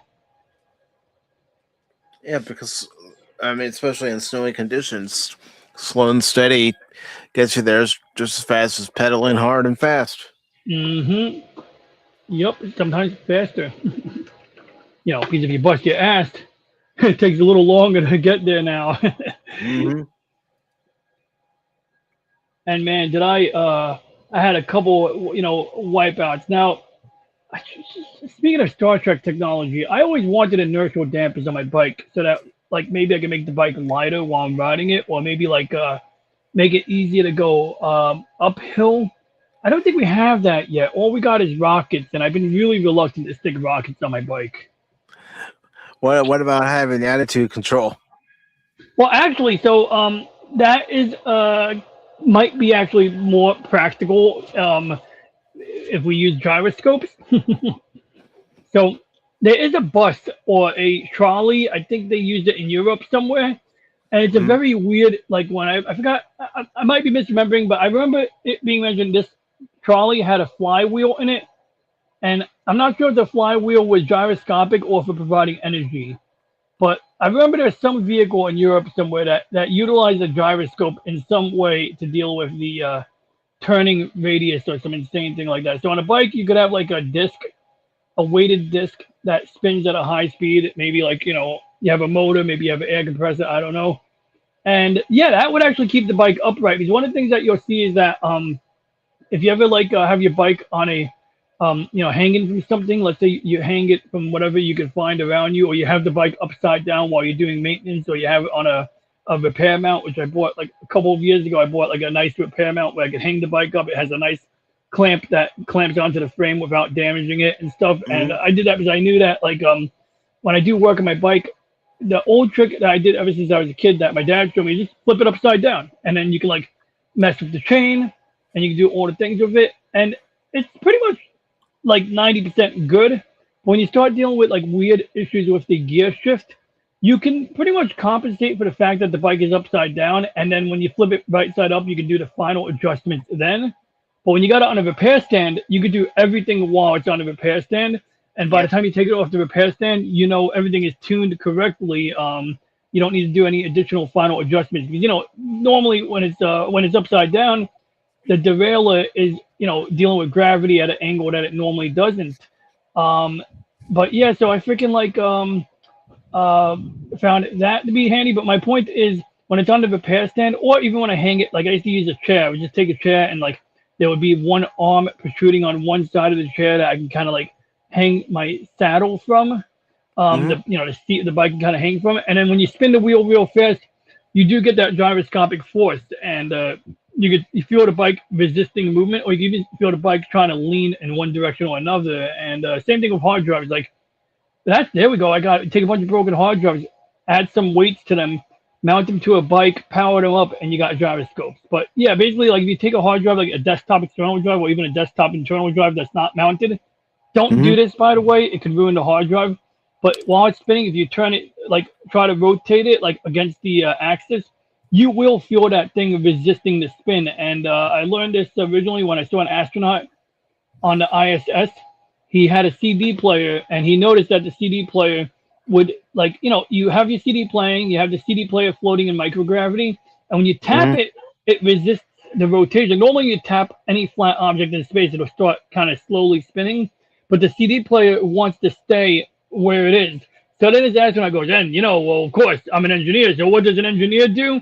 He tapes 3 CD players together in order to show you like a more stable design, and how like now you got 3 discs spinning, and their gyroscopic forces are even more resistant to this to anything that tries to force it. And he used this as a way to illustrate attitude control on the space station, because they do use flywheels, reaction wheels, and gyroscopes to manage the orientation. So you can do this in I think they do this in Gundam as well, but you can take something in space that is relatively stationary or on its orbit, and you can rotate it without using thrusters, because you have a heavy disc on the inside, and when that motor tries to spin that disc, the disc doesn't spin. Instead, the rest of the craft spins around the disc. So you can use like a gimbal with a spinning disc in the middle of it as part of that mechanism to allow you to reorient it. And they do use like I think they used 3 of these on a Hubble Space Telescope to keep it on target, and 2 of them broke. a few years ago they figured out that like solar particles cause this weird static that seizes up the motors or some weird shit like that. Um, but vital to space flight. Which speaking of space flight, have you watched any of the Artemis coverage or seen the pics that came out of that? I've seen some of the pictures, and I said this to Barrett, I said this to Cash. Some of the pictures, just by looking at them at first glance, they look like they were AI. Mm-hmm. I'm not saying they are. It's just that when you look at them at first glance, it's like I don't know. This is how my mind's working now, especially with all these AI videos and AI pictures. I'm looking at it first, going, is that real or is that AI enhanced? Well, like obviously, it could depend on the source, right? So if you're Yeah. watching it like on some random Reddit, Twitter, or X post absolutely, especially on X, like people have been posting AI videos. I mean, the freaking Iranian Republican Guard, whatever they call it, they even posted AI videos. They posted an AI video of an F-35 getting shot. But the crazy thing was in that Yep. video, the F-35 gets hit by a missile and it keeps going. So it's like, okay, so what you just showed is that an F-35 could tank a hit from a missile. But the bigger thing was that in that video, while it looked like infrared footage, the plane was all white, and that's a red flag because like when you have anything that's infrared, imaging, you will have some different darker colors represent in depending on if the image is inverted. Darker and lighter colors will represent more and less heat. So obviously you're going to see the brightest color coming out the back where the engine exhaust is. But anything that's not as hot as the engine exhaust, which is basically the rest of the plane, is going to be a different shade of gray representing that. So in the Iranian video, it was all white. So that's like a dead giveaway that it's AI generated, right there. I think you and I had seen the same video, and then I'd seen another one. And I'm watching the video, and they're saying that one of our planes was shot down by Iranian forces. But I'm looking at them going, no, that's War Thunder. Yeah, War Thunder looks some of that stuff from War Thunder looks pretty good too, but like it ain't but it's still you can tell it's like it's War Thunder. It's like CGI. It's good, but like that ain't fooling you or me. But like sometimes people play a game called DCS Worldwide, and it's the same situation. I've actually played it. Oh, have you? Because Yeah. damn, that game sometimes one time I was like trying to start a plane up and I go to Reddit to like look at a post and it's like, oh, this idiot is asking how to start a plane. He didn't even read the manual. And it's like basically like the mindset on that particular forum is that they expect you to like know how to fly the real plane if you're gonna play. But it's like, dude, I'm playing a flight simulator. I'm not a real pilot.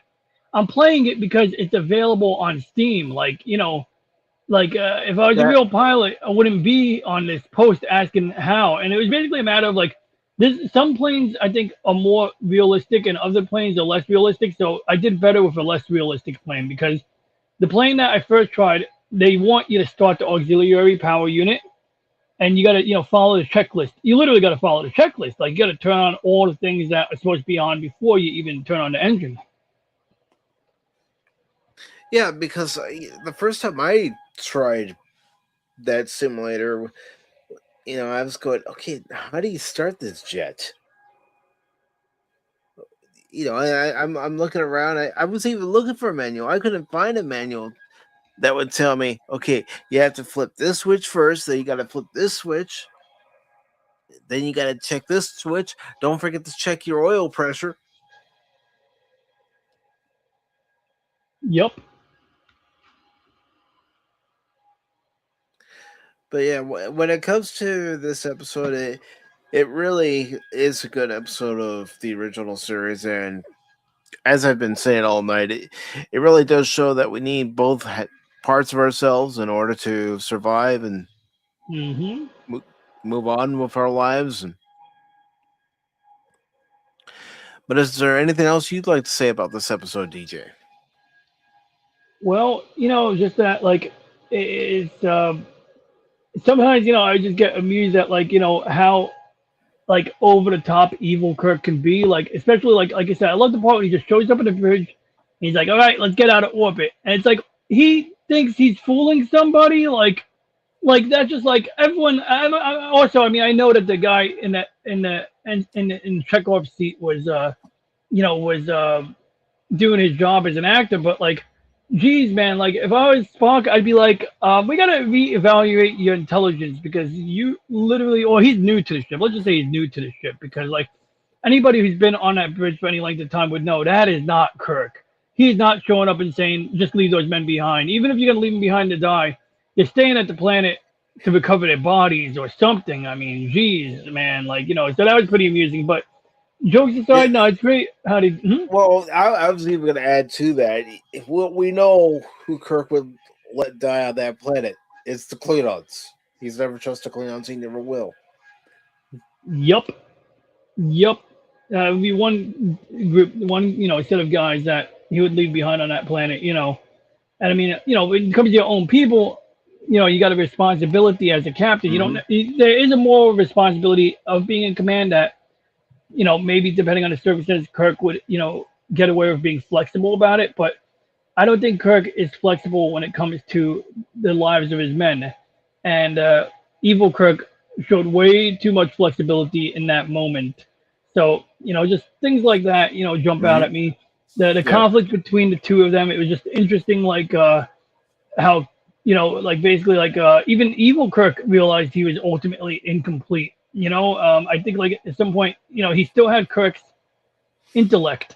And I think that's part of why he was able to get that guy to kind of break down and, go along with it. Initially, he was probably going to fake it, but that was an interesting way. That was an interesting exercising of nuance that I think, I've never read Jekyll and Hyde, but I'm sure it's well written. But I know a lot of times, or I believe a lot of times when someone's imitating or borrowing from Jekyll and Hyde, I don't think they nail the dichotomy quite right. This time they really got I think they really got that gray area down. And so yeah, it's like my final thoughts in this episode is they did a good job of illustrating the dichotomy, the good and bad, but also covering that gray area that is usually so difficult for any writer to try to deal with. To really cover because until that episode, granted, we only had 4 episodes prior to that episode even airing, but up until that episode, you don't know what Kirk's good side is going to be. You don't know what his evil side is going to be. And even then, as we get to know Kirk, that could change. His good side might do something, differently than what we saw in this episode. Not necessarily evil, but his evil side, especially, going back to Star Trek 6, he would say, I don't care what happens to the Klingons. Mm-hmm. And Lady Mist, it is good to see you. I'm sorry you missed tonight's episode, but I know everybody is busy, especially with it being Saturday, the weekend. But I'm glad you're here. Speaking of Lady Mist, so Lady Mist, thank you for tuning into my last Monday show on Thursday. Reason I bring up my Monday show is, I did cover the Artemis imagery on there, and when you're talking about the AI, images that look like they were AI generated, I went to the Flickr gallery, and someone did get me a link to one of the NASA websites, because the only thing that was wrong with the Flickr gallery, in my opinion, was that the full resolution version of the images are still JPEGs. Not a big deal, but it's just that, I love that you can get some of the Apollo imagery in TIFF format, which is absolutely uncompressed. It's a large file, but you know that what you see is what they captured on the scene. That's what they scanned from the film magazine. And in this case, they used a Nikon D5 camera for a lot of pictures. Now, some of the pictures, the good thing about the Flickr gallery, and even when you download the images, now the Flickr gallery has more detailed descriptions.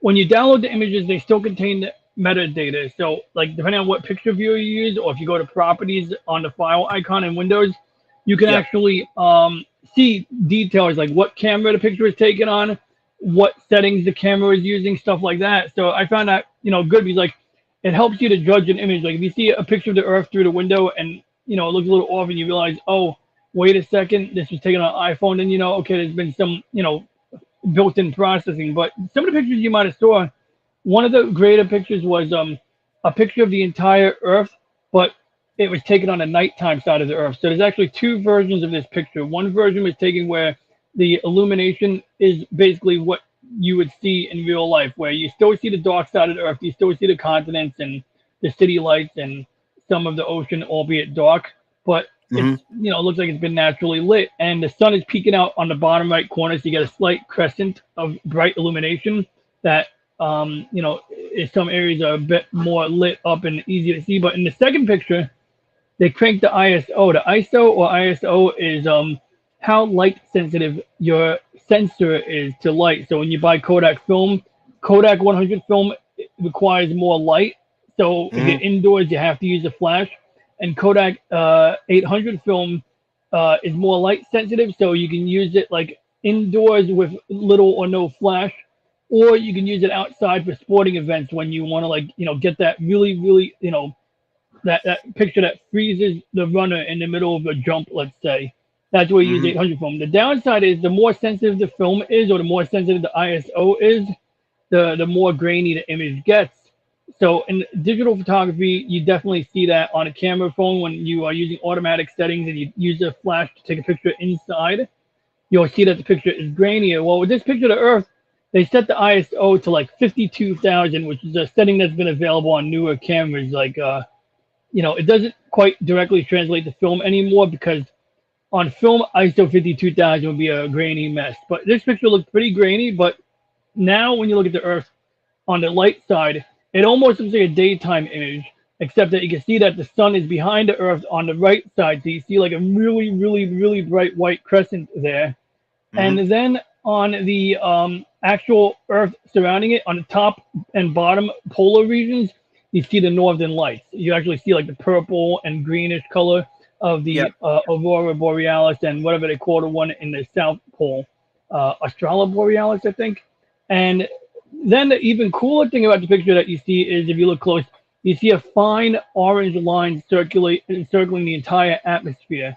And that is called the sodium line. And it's basically like when meteorites break up in the upper atmosphere, they leave behind sodium that gets ionized, electrically charged, and just like a fluorescent bulb, it glows. So, the reason it's orange is because sodium emits this very distinct color orange, which is why, when you see an old street light that's not LED, those are high pressure sodium lamps. And I'll be honest, I much prefer the sodium lights over the LED lights.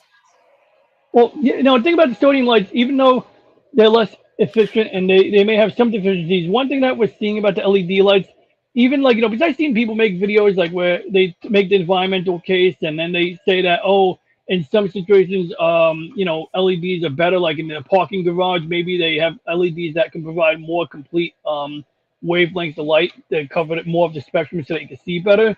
But the sodium lights, they always worked consistently until they burnt out. Thing about LEDs I noticed, and you'll see this especially in parking lots of like private establishments, when you get it's usually it's an array of LEDs that are soldered to a circuit board or assembled inside a single enclosure. So it's multiple lights going through a lens to produce that light, or multiple lights combining their light together, in whatever way they do it. It's like a grid of LEDs. Well, when LEDs wear out, especially these high power LEDs, instead of putting out the color white, they start putting out the color blue. So I've seen parking lots where it looks like it's literally lit up in purple. And if you ever see that, that's not the original color of those lights. Those lights wore out. So even though technically, yes, those lights are still technically working, they might last longer than sodium lights and cost less to maintain. The reality is if the goal is to illuminate a place so that it's safe to operate in, if this light is not putting out the correct wavelengths of light it was designed to put out, then it might actually be less safe because now you're getting dimmer light and you're getting dim blue or purple light, which some people are colorblind, so it might not even register correctly for them. So it's pretty interesting that the tried and tested technology apparently actually just works, whereas big surprise, the new technology that you get from low cost Chinese production can be super sketchy, and yet you don't hear that being talked about as much. And I'm not trying to be sometimes you hear the anti-environmentalist types, they'll lean into that and they'll make a big deal about this one example, and then unfortunately there's always nuance, and if they don't cover nuance, they end up giving fuel to the guys who disagree with them. But there's definitely an argument to be had there. There's definitely a time and place for it. But look, fine, you want to use LEDs, but you're gonna have to change them out when they wear out. Unfortunately, LEDs don't completely, they don't really keep the promise of lasting longer because usually the circuit board fails early. That's a common on indoor lights. The lights that you use in your house, even if you're happy with the LED color, sometimes the electronics are shittier than the actual LED. So I don't know, it's kind of interesting to me how we get a better technology, but then we tolerate mediocrity in an area of it that we really shouldn't. Maybe Philips does a better job, but some companies do better. It's just something to look out for. When you're shopping for a light, yeah, it's worth noting. I don't know. It just gets me. But these Artemis pictures, so yeah, they're all, from what I can tell, real.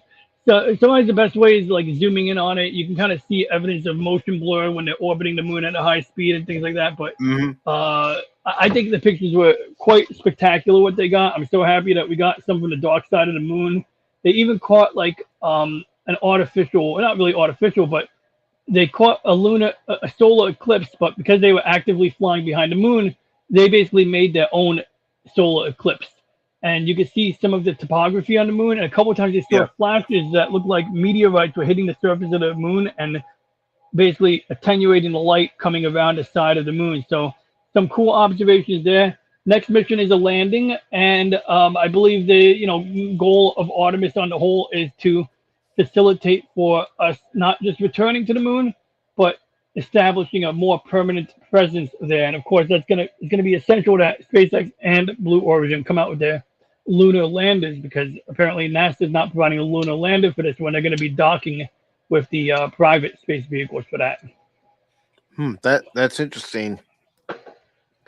And I did find it interesting that some of the pictures were of the Apollo 11 landing site, and there was another picture I saw where they were pointing out the landing site. They were pointing out where the flag was placed and a few other equipment that was still there. That's cool. So it's very interesting. But to get to back to one of the points that you made about the sodium lights, one of the reasons why I liked them, and you had mentioned it, was they did last longer. Yeah, they may not have been environmentally friendly, but they lasted longer. And for the entirety of their working life, they put out the same spectrum of light, which, color industry, when it comes to driving, that really, really matters. Mm-hmm. Whereas LEDs, maybe you could build an LED that outlives it, but if it turns purple and blue in the middle of the life cycle, then that doesn't really count as working anymore, even if it's technically on. Yeah.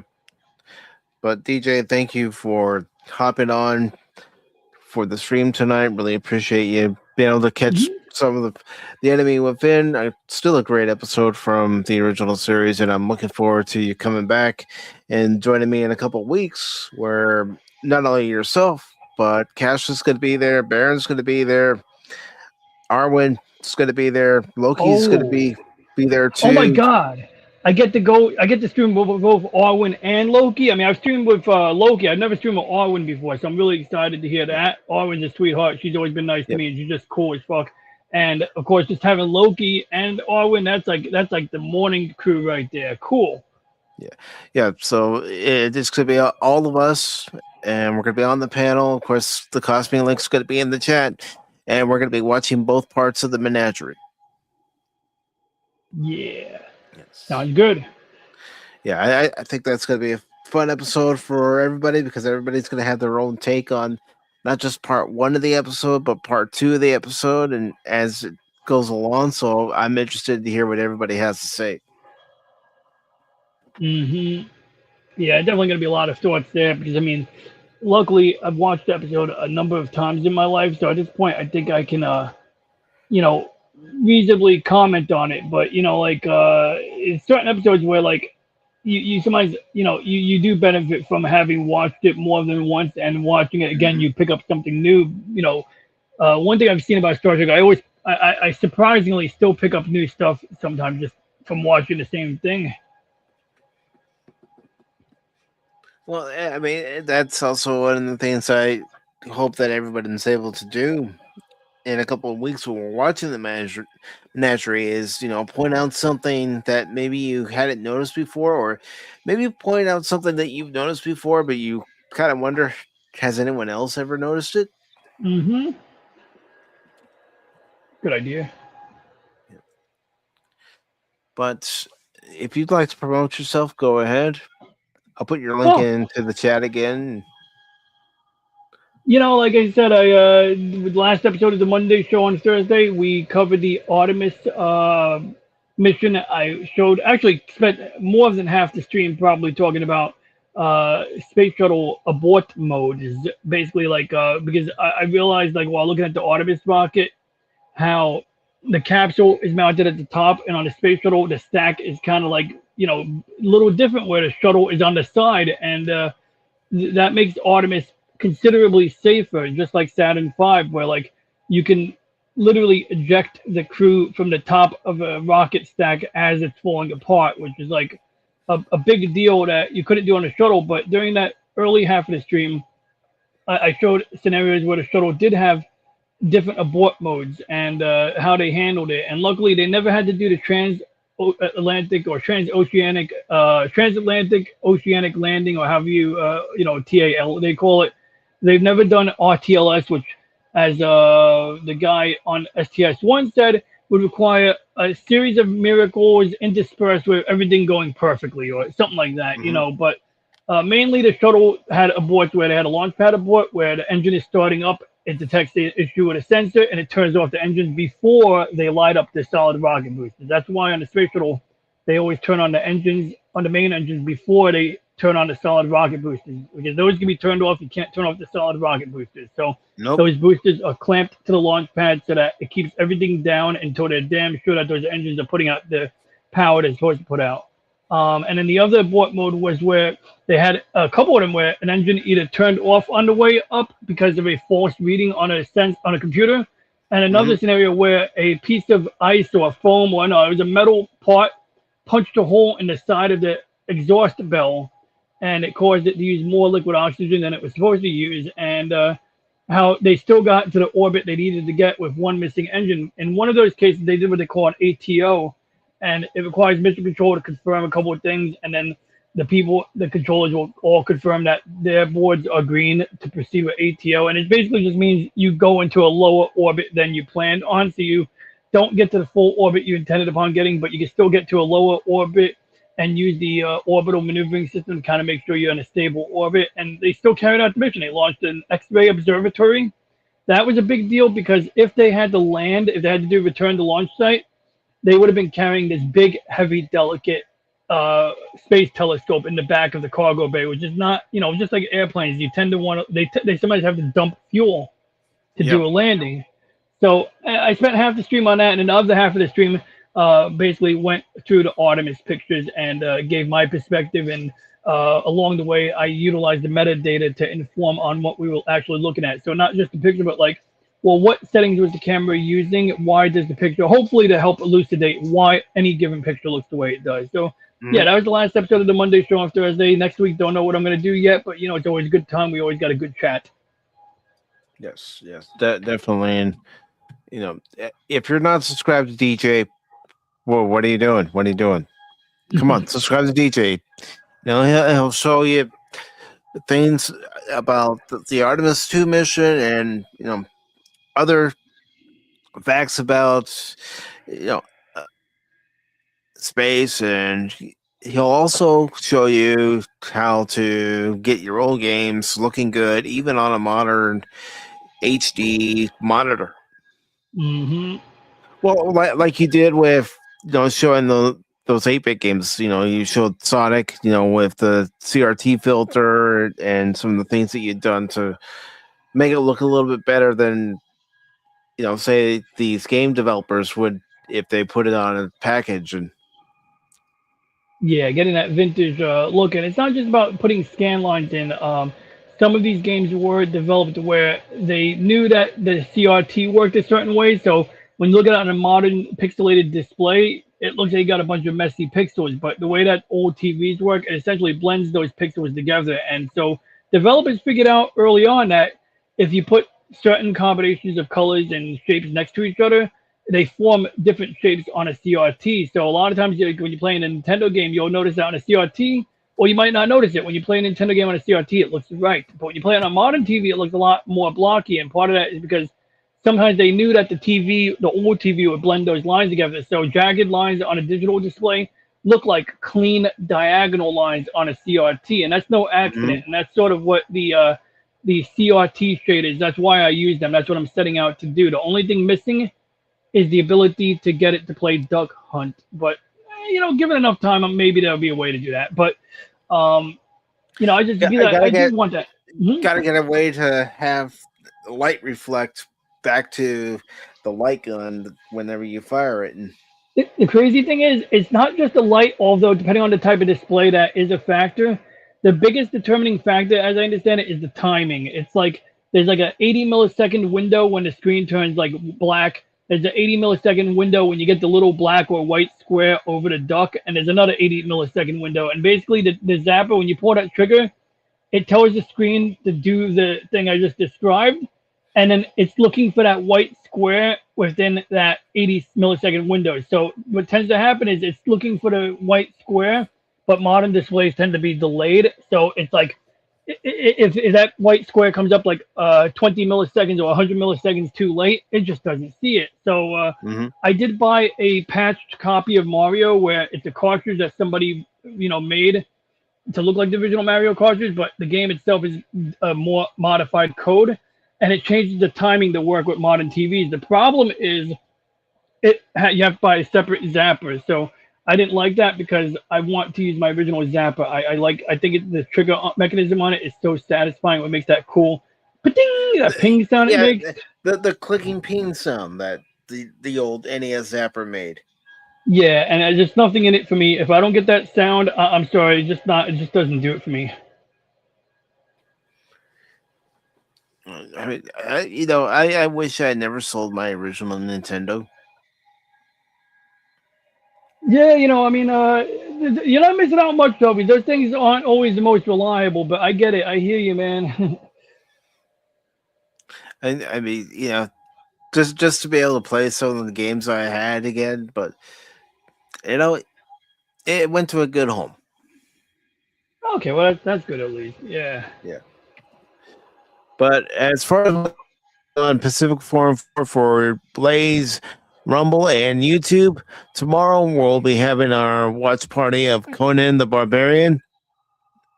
And again, that'll start at 6 p.m. Eastern. Of course, the Cosme link will be in the chat. For anybody who wishes to watch the movie, of course, I welcome all chatters into the chat. My one thing that I have on all three channels is just be cool. Just be cool. That's my litmus test. Just be cool. And then Thursday, not Thursday, I'm already skipping Tuesday and Wednesday. But for Tuesday, I know at the end of Thursday's stream, I said I was going to wait and stream Black Myth Wukong again this coming Thursday. No, I decided I'm moving it to Tuesday because I want to beat that boss and I want to see how far I can get into the game. And especially with currently being in Chapter 4 of the game, I want to try to get further into it, get closer to the end. So it's going to be Black Myth Wukong at 6 p.m. on Tuesday on Blaze, YouTube, and Rumble. And then this Wednesday on all three channels for the Wednesday edition of Pop Talk, we're watching Anchorman.